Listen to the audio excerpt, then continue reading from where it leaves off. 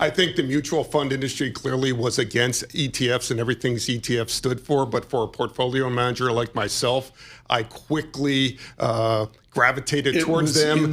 Tax efficiency, low cost, wide exposure. No.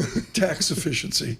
Yeah. Just plain and simple, it was the taxes. Stop right there. Paul Sweeney with Kevin Mahn, Hennion, and Walsh. We're getting into the heat of earnings this week, Kevin. Lots of big companies here. What's your market call with your team over there? What are you telling your clients these days? I think you have to resist the temptation to continue to poke at that perceived AA bubble.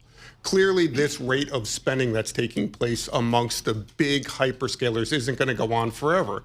But if Jensen Huang is correct, of course, the godfather of AI, and there's going to be between 3 to 4 trillion spent on AI infrastructure by the end of this decade, Paul, well, that tells me we're just at the very early stages of the build-out. In fact, if I could use a baseball analogy, I would suggest we're just in batting practice, and there's a doubleheader ahead. But we're going to receive some key updates this week from Microsoft, from Amazon, and of course from Meta in terms of what their future CapEx spending plans are. And if they even hint at pulling back on that spending, you could see a pullback in the markets. So we want to lean into this, the Metas, the Googles of the world, or we want to do the picks and the shovels? How do you guys think about that? I look at where the money is being spent right now, not who's spending it, who's receiving it. So I'm looking at the data center construction companies, the electrical connectivity companies, the power solutions, the cooling providers, and of course, don't forget about my favorite sector, utilities. Utilities have become a backdoor play into the AI revolution. They hold up well in the face of volatility, and generally they pay good dividends as well. So that's American Electric Power. Yes, right? American Electric Power supplies that electricity. Sounds about as all-American as you can get. You can't get any more all-American than that. They supply electricity to over 5 million Americans right now in 11 different states, including the state of Virginia, which has become the data center capital of the world. That's right. This Federal Reserve, I don't think the Fed's going to do us any help. Tom's going to be hosting a show this week about this Fed meeting and the Fed decision. And what are you guys looking for? Yeah, I continue to go back and forth. Is Kevin Walsh a dove in hawk's clothing? Is he a hawk in dove's clothing? I can't figure it out. But what I do know is he's a reformer.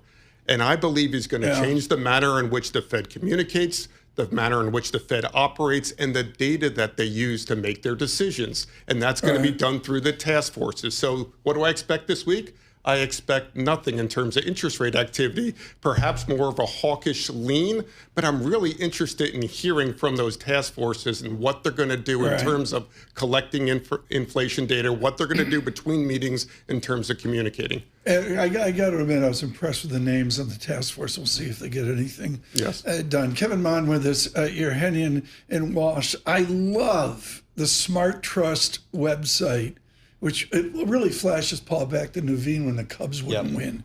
Cubs were useless. You're bringing back unit trusts. We are. What's the response of the public to something? I sort of said to myself, if it ain't broke, don't fix it. They worked. Right, and they still work. They're out of favor.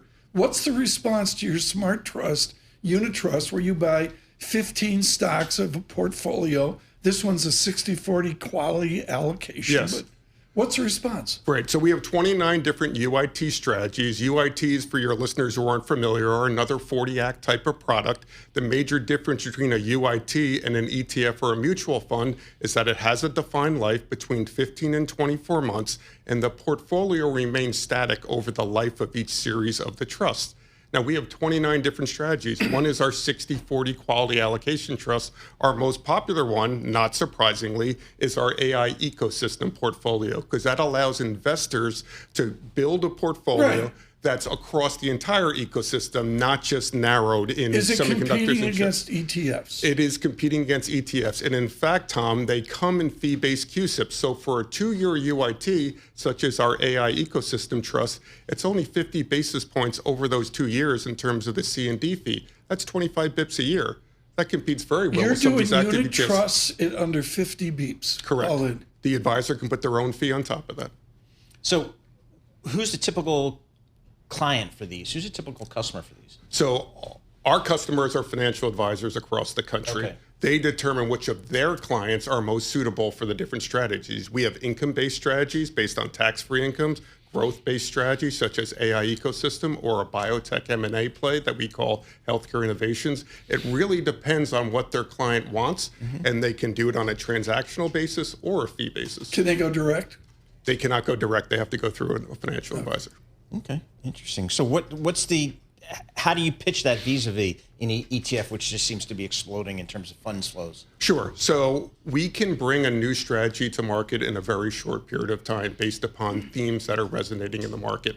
It also, based upon the duration of each UIT, keeps your client disciplined because they stay within that strategy for 15 to 24 months. Of course, it's liquid. They can get out any time that they want, but it maintains that discipline. It also gives the advisor the opportunity to talk to their clients at least every 15 months to 24 months to ask them, do you like this strategy? Do you want to be in this part of the market? Do you want to roll to the next series? Do you want to take that cash and put it elsewhere?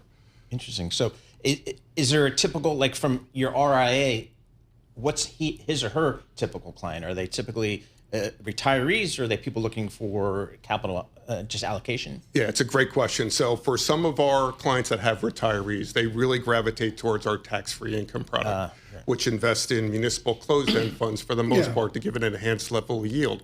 But you also see in some of the IRA accounts them moving into AI ecosystem, our Power Solutions Trust, our healthcare trust, because they get the growth opportunities within the qualified account. Where's the ETF industry in 5 years? I think they're bigger than they are today. I think we're well past the point of saturation right now. And I think it's very difficult for many financial advisors to narrow down the set of which ETF that they want to use. So you see a consolidation? I do see a consolidation. And we're going to be still talking about the same 3 to 4 big players.